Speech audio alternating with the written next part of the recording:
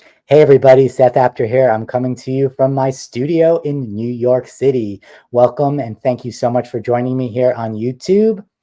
I want you to know that I recently got back from the Pacific Northwest, where I was teaching at the Pacific Northwest Art School on Whidbey Island in a little town called Coopville with a phenomenal group of people.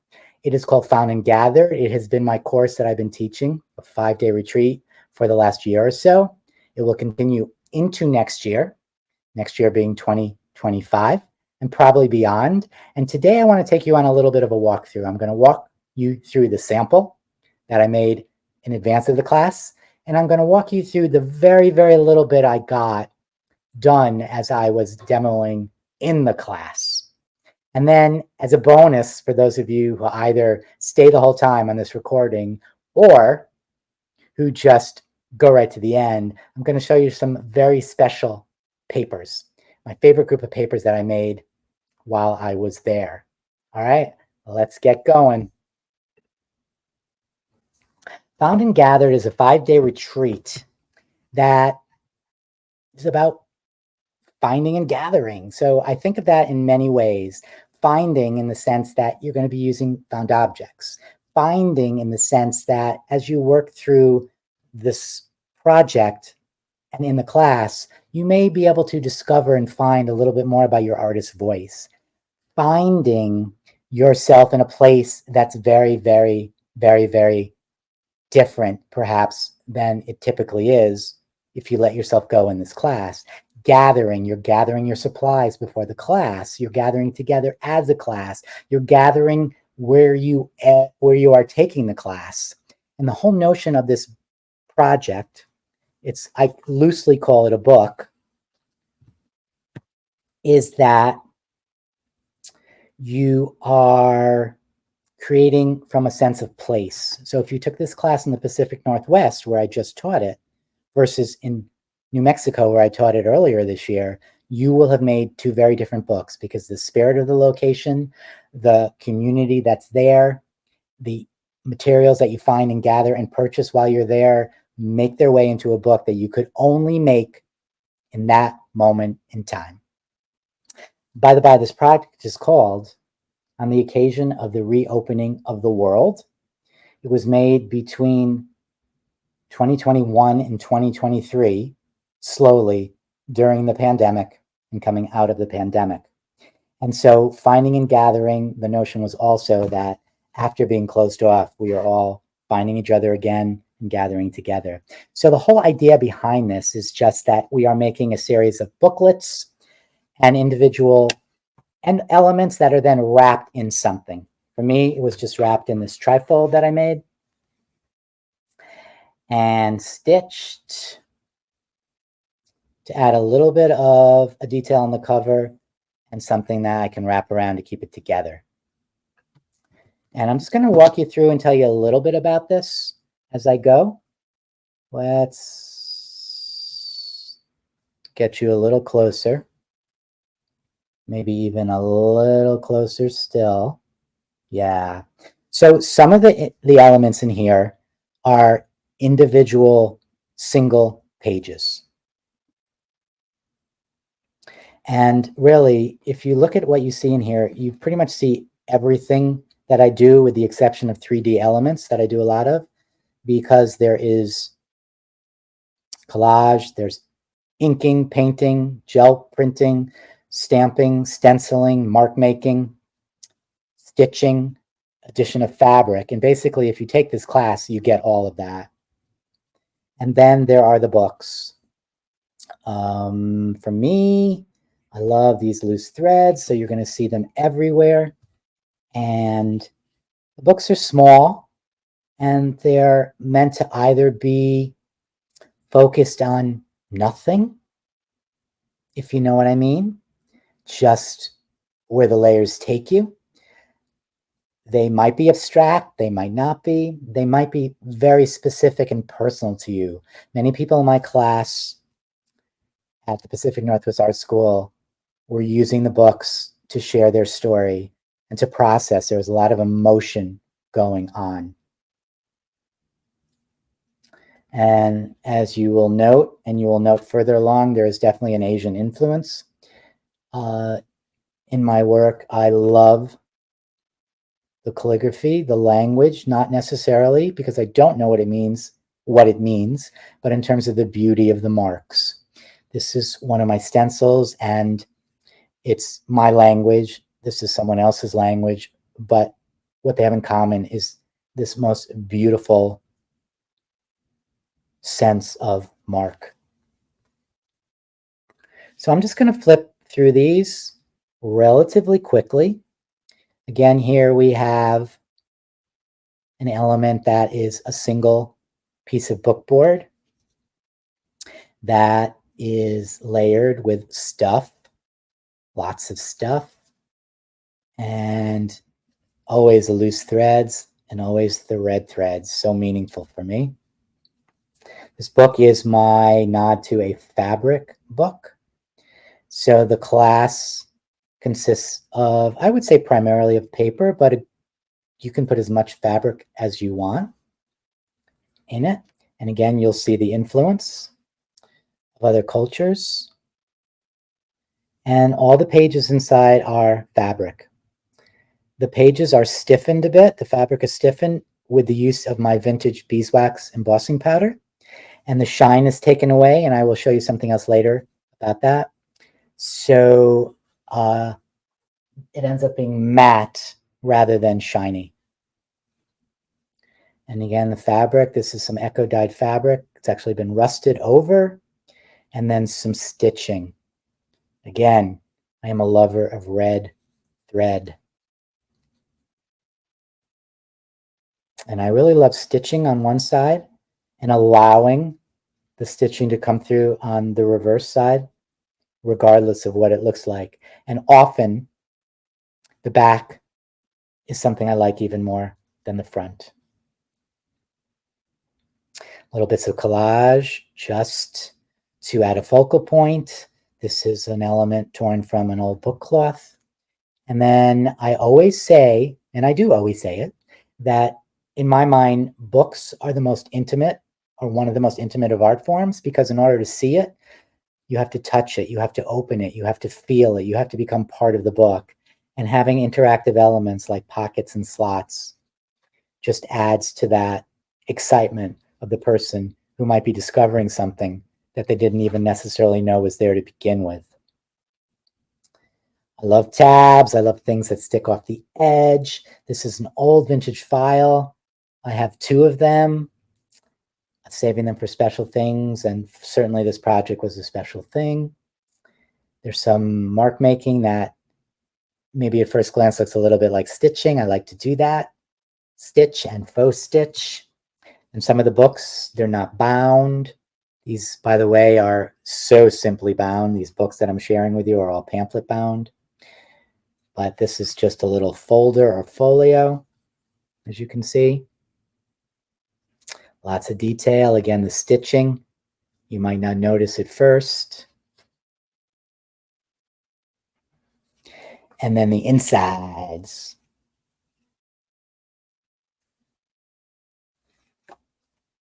I always work small, and I always try to get as many marks as I can.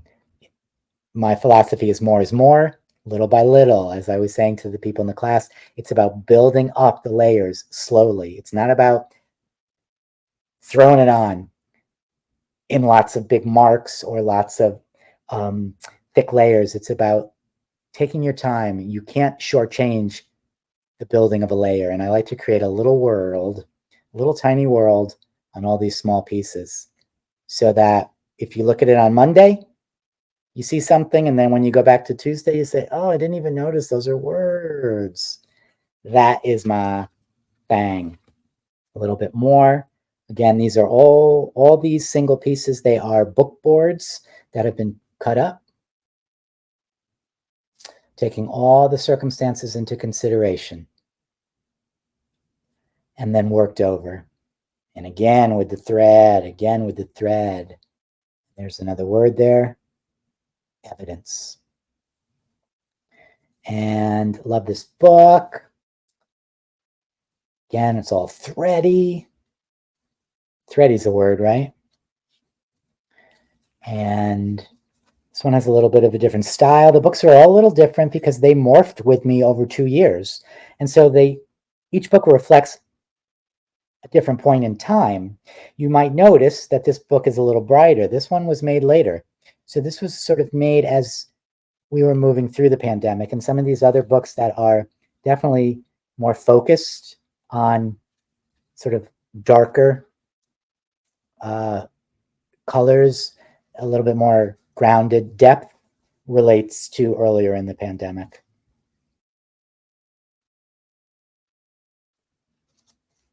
For those of you who don't know about book boards are basically the boards that are used to make hardcover books, traditional hardcover books. So for me, a lot of what I do is I work on book boards. I've worked on them for years and years and years, really from the very beginning. And so what that means is either buying or saving an old book or a new book, and then perhaps chopping the cover using my guillotine cutter, or just using the whole book and then working over it. More often for me, I get an old book and I take that cover, and because I do like to work small, if the old book is bigger, I chop it up, but I work over an old book. So all this right here, that was just original to the book. And then everything else were my marks. And bookboard can be bought in different thicknesses, but it is just the traditional board in books. And you might see it elsewhere called chipboard, even cardboard, like the back of a pad. Us old school people remember pads, paper pads. You tear off the back of the pad, and that you got a bookboard basically. Really happy with these pages. This was when I was leaning into this notion of yes, more is more, but sometimes simple, minimal is a little bit better, as long as when you look closely, you realize that there's actually a lot going on, just maybe not as much as you see on these pages. Some Islamic writing. And again, brighter, more colorful. And then last but not least, we have one more slice.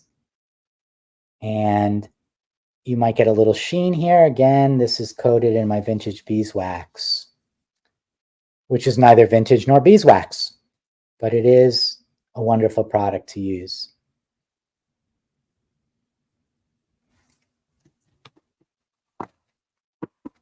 And that is Found and Gathered. I am teaching this so far next year at 2 locations in Mesa, Madeline Island School of the Arts in Wisconsin. That has been sold out, and also in Connecticut, but that has also been sold out. So stay tuned. It will appear and reappear if you're interested in taking the class. Now, I taught this again last week at the Pacific Northwest Art School on Whidbey Island in Washington State, and I spent a lot of time with my peeps there. So sometimes I get to do more when it comes to the sample, and sometimes I get to do less. And I will say I probably did less on this demo because I was just so captured by the amazing work that was being done by all the people in the class. There were 18, and I wanted to spend a lot of time with them. So a lot of time in between the demos was spent with them rather than working on my own. So this is a work in progress. It's just bits and pieces, but this is from an old book. So this is a perfect example of a book board. This has not been touched by me. This is just exactly what it was. Phenomenal. Nature does it better than I could any and every time. And then I started to work on the inside front cover. This will serve as the same thing as this cover here, loose. And I'll figure it out. I rusted this clip while I was there. This was a shiny new clip. I'm going to talk about rusting in a moment.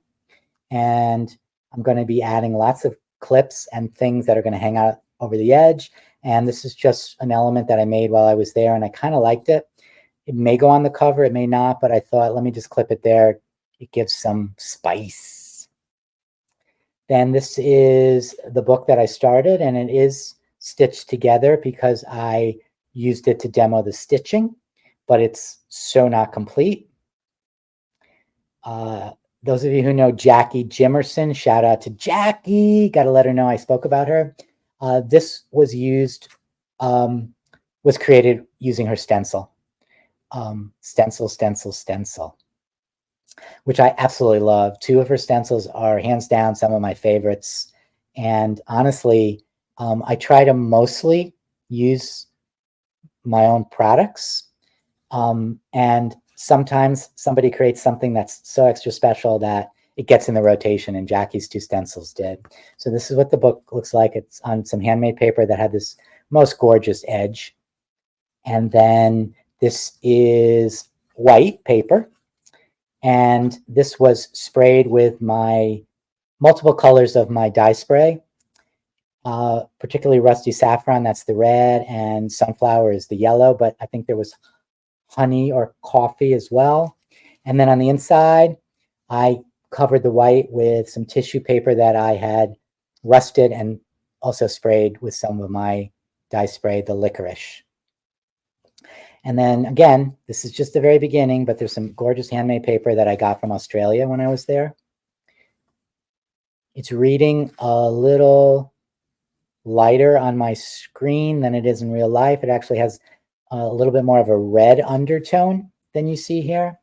And then some paper that I made using the jelly plate and some of my dye sprays, my paper artsy paint, and one of my stencils, one of my favorite stencils that I made with Stencil Girl products. This is the other stencil of Jackie's that I love, also made 100% with the gel plate and my dye sprays. And then the other sides of the paper. And here you can see what the paper was like when it was stark white. And then I did some of my wonky stitching, and I love my wonky stitching. I could wonky stitch forever and a day. And, you know, I don't think that stitch has a name. Maybe it was a blanket stitch the first 2 times I stuck the needle through. And that is with bookbinding thread that's been waxed. Point, not a demo, but a point. If you're gonna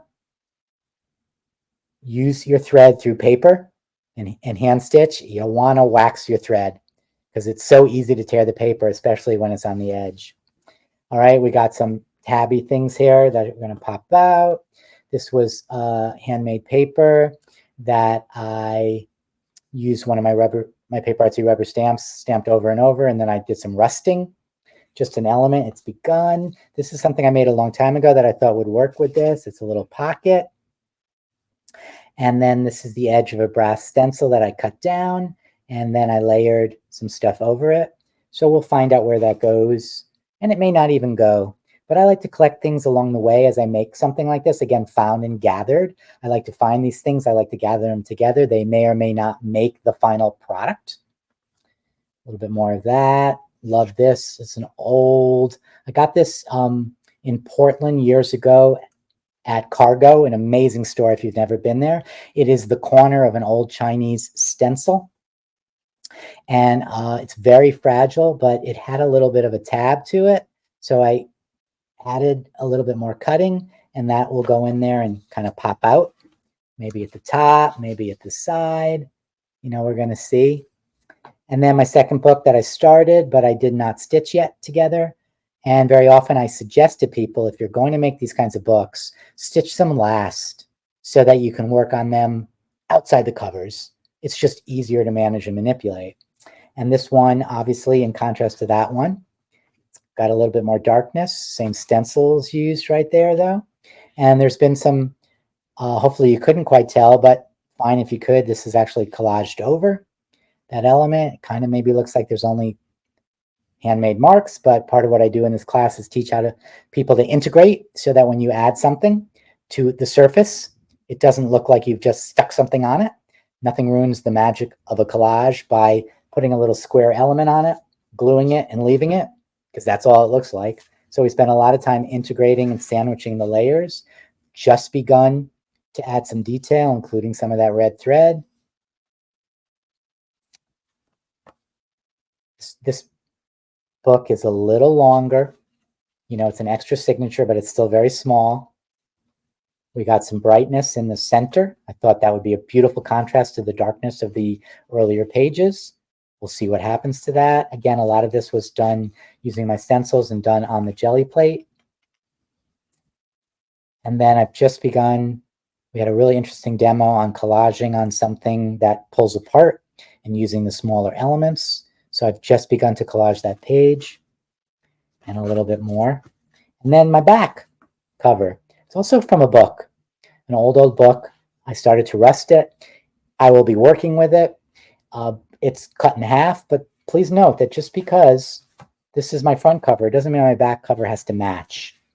So that is going to be what I'm going to be working on over the course of, I don't know, the next bunch of months, maybe longer. And I do want to highlight for those who know the story of Grace, that I promised Grace that she would be in my next book.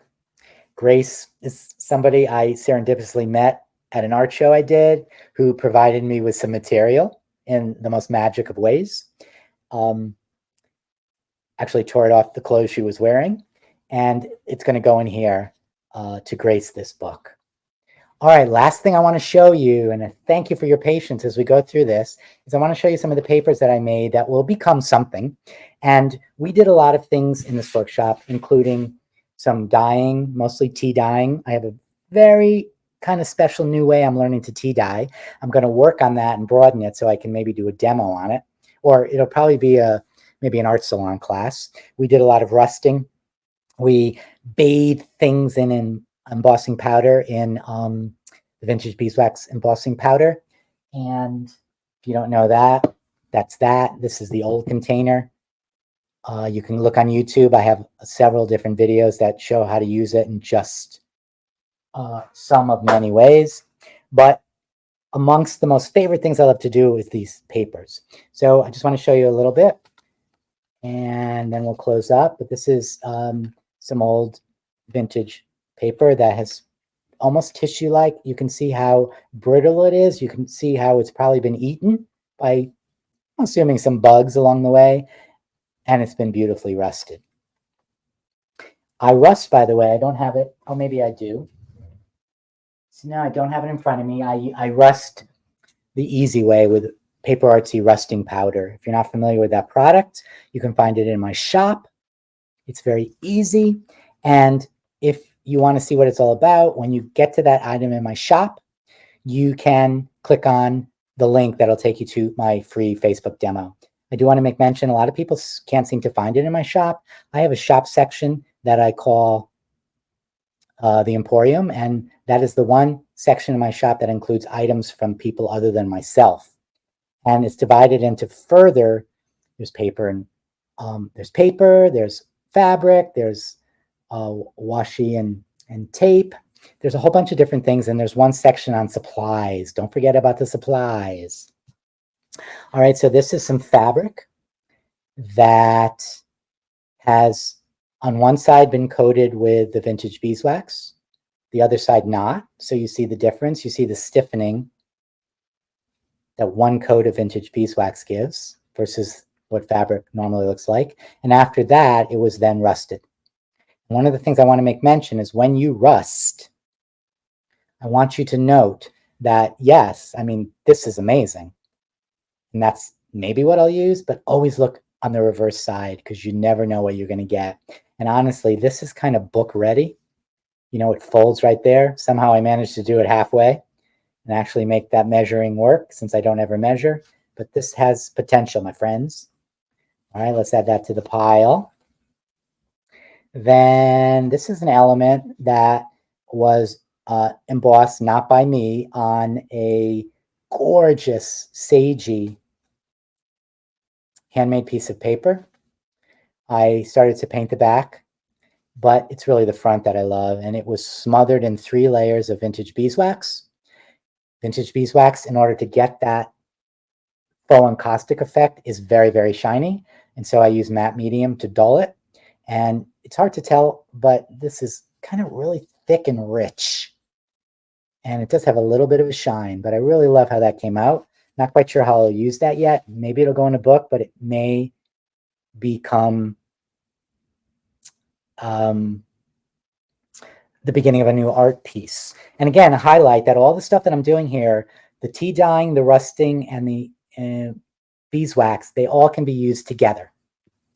They all can be used together. All right, so this is tea dyed. There is a touch of rust, but the coloration is tea. And I know maybe you're saying, I don't know if you're saying, but tea is not usually, the tea dye tends to be a little bit, kind of browner. The color around here, that was tea dyed first. This is actually very pale. But the notion for the way I tea dye now is you can get color like that. And actually these spots, they didn't come from direct rusting. They came from an indirect way that I tea dye. More on that when I figure it all out. This is also tea dyed. And I want you to notice the sort of spotted elements in there. This is probably my favorite piece. Love this one. I just think those colors, are so fresh. And just to show you,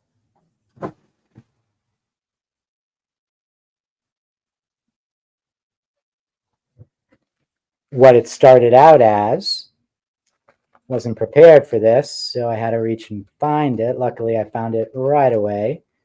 Now I'm struggling to separate the two halves. But I don't even need to separate the two halves because I can show you this is the before and this is the after. And I am, can I say, truly, madly, deeply in love with this sheet and this process. More on that when I perfect it enough to actually show you all. And then last but not least, also have this. And you might notice that a lot of these papers that I use are softer, flexible, almost tissue-like. This has been rusted. And those I find are my favorites for this process and will absolutely get used within collage elements like that piece did. So I want to thank you so much for joining me here today. This was a wonderful experience to take you on this walkthrough of the art that I had created for the class Found and Gathered, some of the papers, and a little bit of the art that I started making in my demo samples while I was teaching Found and Gathered at the Pacific Northwest Art School on Whidbey Island in Washington State. If you've never been there, check it out. They have the most amazing people teaching there with classes across the board and lots of different venues. And I want to thank you for taking the time to spend with me on this walkthrough on YouTube, and I look forward to seeing you at my next one.